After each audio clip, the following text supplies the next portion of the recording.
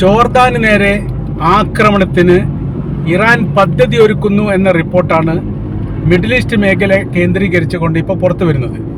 ഏറെക്കുറെ അറേബ്യൻ രാജ്യങ്ങളിൽ മുഴുവൻ ഇറാൻ ആക്രമണം നടത്തിയിട്ടുണ്ട്. അതിൽ ജോർദാൻ എന്ന് പറയുന്ന രാജ്യത്ത് വലിയ രീതിയിലുള്ള സൈനിക വിന്യാസവും സംവിധാനങ്ങളും അമേരിക്ക ഒരുക്കൂട്ടിയിട്ടുണ്ട് എന്നുള്ളതും 3 എയർബേസ് ആണ് ജോർദാനിൽ പ്രധാനമായിട്ട് പ്രവർത്തിക്കുന്നത്.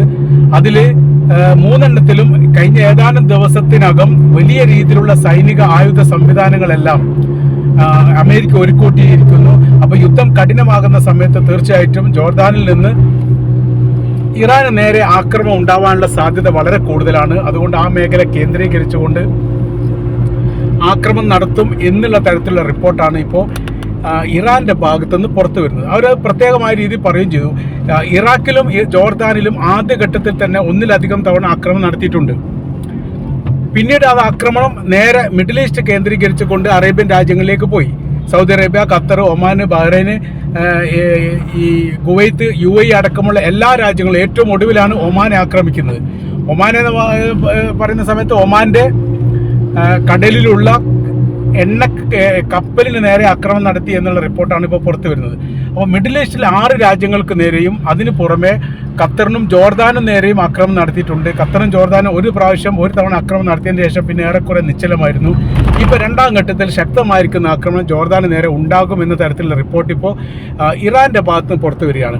ഇപ്പോഴത്തെ വലിയൊരു പ്രതിസന്ധി എന്ന് പറയുന്നത് ഇറാൻ ഗവൺമെന്റിനെ നേരിട്ട് ഇടപെടാൻ വേണ്ടി മറ്റ് ലോക രാജ്യങ്ങൾക്കൊന്നും ഇപ്പോൾ നിലവിലെ സാഹചര്യത്തിൽ സാധിക്കുന്നില്ല. അതിൻ്റെ കാര്യം എന്ന് പറഞ്ഞാൽ അവിടെ ആയത്തുള്ള അലി ഖംനായി കൊല്ലപ്പെട്ടതോടുകൂടി അവിടെ ചിത്രങ്ങളും രീതികളും ഒക്കെ മാറി. അതിരൂക്ഷമായിരിക്കുന്ന ആക്രമണ പരമ്പരയും പെരുമയുമാണ് ഇപ്പോൾ ഇസ്രായേൽ കേന്ദ്രീകരിച്ചുകൊണ്ടും മറ്റ് അറേബ്യൻ രാജ്യങ്ങൾ കേന്ദ്രീകരിച്ചുകൊണ്ടും ഇപ്പോൾ നടന്നുകൊണ്ടിരിക്കുന്നത്. അറേബ്യൻ രാജ്യങ്ങളെ കേന്ദ്രീകരിക്കാനുള്ള പ്രധാനമായിരിക്കുന്ന കാരണം ഈ മേഖലയിൽ നിന്ന് അറേബ്യൻ മേഖലയിൽ നിന്ന് അമേരിക്കയുടെ സൈനിക ബേസ് എടുത്തു മാറ്റണമെന്ന് പല ഘട്ടങ്ങളിലായി ഇറാൻ ഈ രാജ്യങ്ങളോടൊക്കെ ആവശ്യപ്പെട്ടതാണ്.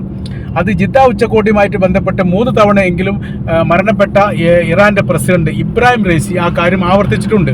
നിങ്ങളുടെ ശത്രു നിങ്ങൾ തന്നെയാണ്, നിങ്ങളുടെ ശത്രുവിനെ തന്നെയാണ് നിങ്ങൾ പാല് കൊടുത്ത് പോറ്റുന്നത്. അതുകൊണ്ട് അവരെ നിങ്ങൾ ഒഴിവാക്കിയിട്ടില്ലെങ്കിൽ ഭാവിയിൽ നിങ്ങൾക്ക് അതിൻ്റേതായിരിക്കുന്ന പ്രത്യാഘാതങ്ങൾ ഉണ്ടാവും.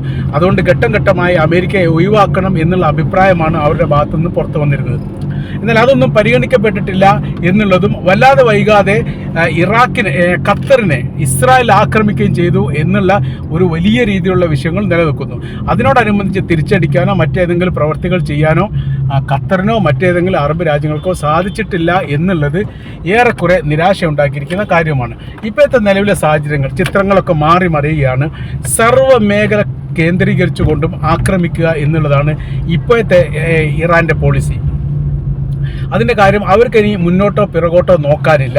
അവരുടെ ഏറ്റവും വലിയ പരമോന്നത നേതാവ് എന്ന് പറയുന്ന സമയത്ത് അത് ഇറാനിൽ മാത്രം ഒതുങ്ങുന്നതല്ല, ലോകത്താകമാനമുള്ള ഷിയാ വിഭാഗങ്ങളുടെ ആത്മീയ നേതാവായിട്ടാണ് പരിഗണിക്കുന്നത്. അതിന് അസർബൈജാൻ ആണെങ്കിലും അത് പാകിസ്ഥാനാണെങ്കിലും ഇറാഖാണെങ്കിലും ഒക്കെ അവരുടെ ഒരേ ഒരു നേതാവ് എന്ന് പറയുന്നത് ആയത്തുള്ള അലി ഖംനായി ആണ്. അദ്ദേഹത്തെയാണ് വധിക്കപ്പെട്ടത്. അതൊരു നിസ്സാരമായിരിക്കുന്ന ഒരു മരണമായിട്ടോ കൊലപാതകമായിട്ടോ അവരൊരിക്കലും അത് അംഗീകരിക്കുകയില്ല. ശക്തമായിരിക്കുന്ന തിരിച്ചടിയും പ്രത്യാക്രമണങ്ങളും ഉണ്ടാവും എന്നുള്ള ഒരു മുന്നറിയിപ്പ് തന്നെ നൽകിയിരിക്കുന്നു. അപ്പോൾ തങ്ങളെ ആക്രമിച്ചത് ഇസ്രായേൽ മാത്രമല്ല, അമേരിക്കയും കൂടി സംയുക്തമായിട്ടാണ്. അവരുടെ ഈ സൈനിക ബേസാണ് ഈ മേഖല കേന്ദ്രീകരിച്ചുകൊണ്ടുള്ളത്. അതുകൊണ്ട് അതിനെ ആക്രമിക്കുക എന്നുള്ളത് തീർച്ചയായിട്ടും ന്യായപരമായ രീതിയിൽ ഞങ്ങൾക്ക് ചെയ്യാൻ അവകാശപ്പെട്ടാണ്. തങ്ങളുടെ രാജ്യത്തിനെ ആക്രമിക്കുന്ന സമയത്ത് തിരിച്ചടി നൽകുക എന്നുള്ളത് തീർച്ചയായിട്ടും ഞങ്ങളുടെ അനിവാര്യമായിരിക്കുന്ന കാര്യമാണ് എന്നതിനാൽ ആ പ്രവൃത്തികൾ ഞങ്ങൾ ചെയ്തുകൊണ്ടിരിക്കുകയാണ് എന്നുള്ളതും അതിൻ്റെ തുടർ പ്രവർത്തനമായിട്ട് ജോർദാൻ പോലെയുള്ള രാജ്യങ്ങളെ ആക്രമിക്കുക എന്നുള്ളതാണ്. ഇറാഖിനെയും ഒരുപക്ഷെ ആക്രമിക്കാൻ സാധ്യതയുണ്ട് എന്നുള്ളതാണ്. പക്ഷേ ഇറാഖിൽ വലിയ രീതിയിലുള്ള ആയുധ സംവിധാനങ്ങൾ അമേരിക്കയ്ക്കില്ല. അവിടെ ഒരു ബേസ് എന്നല്ലാതെ മറ്റ് വലിയ സംവിധാനങ്ങൾ എല്ലാ കാലത്തും ഇറാൻ്റെ ഭീഷണി നേരിടുന്ന ഒരു പ്രദേശമാണ് ഇറാഖ് എന്നതിനാൽ വലിയ സംവിധാന കാര്യങ്ങളൊന്നും അവിടെ ഒരുക്കാറില്ല. പക്ഷേ ജോർദാനിൽ അങ്ങനെയല്ല. ജോർദാനിൽ 3 എയർബേസ് കേന്ദ്രീകരിച്ചുകൊണ്ട് വലിയ രീതിയിലുള്ള സാമഗ്രികളും സംവിധാനങ്ങളും ഉണ്ട് എന്നത് ഈ ജോർദാന് തന്നെ വലിയ പ്രയാസം ഉണ്ടാക്കുന്ന കാര്യമാണ്. ഇപ്പോൾ ജോർദാനും അമേരിക്കയും തമ്മിൽ, അല്ലെങ്കിൽ ജോർദാനും ഇസ്രായേലും തമ്മിലൊക്കെ വലിയ നയതന്ത്ര ബന്ധം മാത്രമല്ല സൗഹൃദ ബന്ധം കൂടിയുണ്ട്. അതുകൊണ്ട് അവരെ എതിർത്ത് നിൽക്കുക എന്നുള്ളത് അവരെ സംബന്ധിച്ചിടത്തോളം, ജോർദാനെ സംബന്ധിച്ചിടത്തോളം അവിടെ നിലനിൽപ്പിനെ തന്നെ സാരമായിട്ട് ബാധിക്കും. അതുകൊണ്ട് ആ പ്രവൃത്തി അവർ ചെയ്യില്ല എന്നുള്ള കാര്യം കൃത്യമായ രീതിയിൽ അമേരിക്കയ്ക്കും അറിയാവുന്നതാണ്. സൈനിക ബേസ് എടുത്ത് ഒഴിവാക്കണം എന്നുള്ള കാര്യമൊന്നും ഈ കാലം വരെ ജോർദാൻ അമേരിക്കയോട് പറയാത്തതാണ്. പക്ഷേ ഇറാഖ് പറഞ്ഞിട്ടുണ്ട്. അപ്പോൾ സർവ്വ നിയന്ത്രണങ്ങളും വിട്ടുകൊണ്ടുള്ള ഒരു ആക്രമണമാണ് യഥാർത്ഥത്തിൽ ഇപ്പോൾ ഇറാൻ്റെ ഭാഗത്ത് നടന്നുകൊണ്ടിരിക്കുന്നത് എന്ന് ചുരുക്കം. അത് ഇസ്രായേലിനെ കേന്ദ്രീകരിച്ചുകൊണ്ടാണെങ്കിൽ ഇസ്രായേലിൻ്റെ പരമാവധി ഈ സീപോർട്ട് തുറമുഖങ്ങൾ കേന്ദ്രീകരിച്ചുകൊണ്ടുള്ള ആക്രമണത്തിൻ്റെ പെരുമ ഇപ്പോഴും നടന്നുകൊണ്ടിരിക്കുകയാണ്. അതിൽ ഹൈഫ തുറമുഖമാണ് പ്രത്യേകമായി ലക്ഷ്യം വെച്ചത്. ഹൈഫ തുറമുഖത്തോട് ചേർന്നിട്ടാണ് അമേരിക്കയുടെ പടക്കപ്പൽ, യുദ്ധക്കപ്പൽ അവിടെ നങ്കൂരമിട്ടിരിക്കുന്നത്. അതുകൊണ്ട് ഈ മേഖല കേന്ദ്രീകരിച്ചുകൊണ്ടുള്ള ആക്രമണം നടത്തുക എന്നുള്ളത് യഥാർത്ഥത്തിൽ ഇപ്പോൾ വളരെ കൃത്യതയോടുകൂടി തന്നെ ഇറാൻ ചെയ്തുകൊണ്ടിരിക്കുന്ന ഒരു പ്രവൃത്തിയുമാണ്.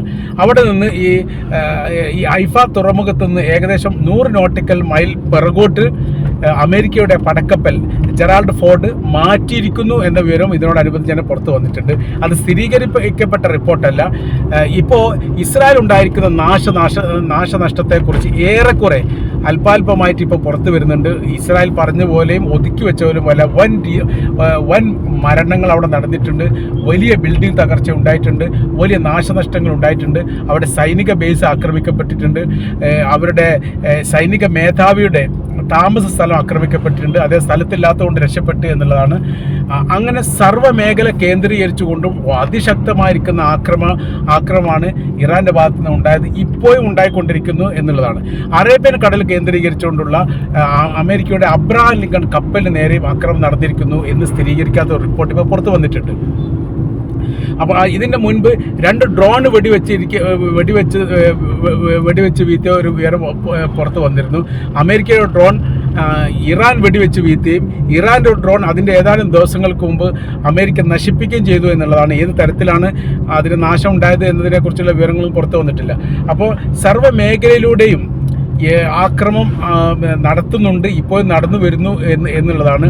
ഒരു മധ്യസ്ഥത വിഷയവുമായിട്ട് ബന്ധപ്പെട്ട് ഒരാൾക്ക് പോലും അടുക്കാൻ പറ്റാത്ത വിധം അതിഭയാനകരമായിരിക്കുന്ന ഒരു സാഹചര്യമാണ് ഇറാനിൽ നിലനിൽക്കുന്നത്. 200-ലധികം ആളുകൾ കൊല്ലപ്പെട്ടു എന്നുള്ളതും ഏകദേശം 500ഓളം ആളുകൾക്ക് പരിക്കേറ്റിരിക്കുന്ന വിവരങ്ങളുമാണ് ഇപ്പോൾ പുറത്തു വരുന്നത്.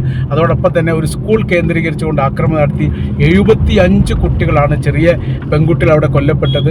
അത് ഏറ്റവും കൂടുതൽ ഇറാനെ സംബന്ധിച്ചിടത്തോളം മുറിവുണ്ടാക്കിയിരിക്കുന്ന കാര്യമാണ്. തങ്ങൾക്ക് മാപ്പ് എന്ന് പറയുന്ന 2 അക്ഷരം തങ്ങളെ നിഘണ്ടുവിലില്ല എന്നുള്ളതും ആക്രമണത്തിന് തിരിച്ചടി നൽകുക എന്നതിനപ്പുറമായ രീതി മറ്റൊന്നും തങ്ങളുമായിട്ട് സംസാരിക്കേണ്ട എന്ന രീതിയിലാണ് ഇപ്പോൾ യഥാർത്ഥത്തിൽ ഇറാൻ നിൽക്കുന്നത്. അവരുടെ ആത്മീയ ആചാര്യനുമായിട്ട് ബന്ധപ്പെട്ട വിഷയം അദ്ദേഹത്തെ പ്രത്യേകമായിരിക്കുന്ന ആശുപത്രിയിലേക്ക് മാറ്റിയിരിക്കുന്നു എന്നുള്ളതാണ്. അപ്പോൾ മോർച്ചറി സൂക്ഷിക്കാൻ വേണ്ടിയിട്ട്. അപ്പോൾ ബാക്കിയുള്ള തുടർ കാര്യങ്ങളൊക്കെ ഇതൊരു ശാന്തതയ്ക്ക് ശേഷമോ മറ്റോ ആവാനാണ് സാധ്യത എന്ന് വിലയിരുത്തുന്നു. യഥാർത്ഥത്തിൽ കൃത്യമായിരിക്കുന്ന വിവരങ്ങൾ ഇറാൻ്റെ ഭാഗത്തുനിന്നോ ഇസ്രായേലിൻ്റെ ഭാഗത്തുനിന്നോ ഇപ്പോൾ പുറത്തു വരുന്നില്ല. ഇസ്രായേൽ വലിയ നിയന്ത്രണം മാധ്യമങ്ങൾക്കും മീഡിയകൾക്കും സോഷ്യൽ മീഡിയകൾക്കും നൽകിയിരിക്കുന്നു.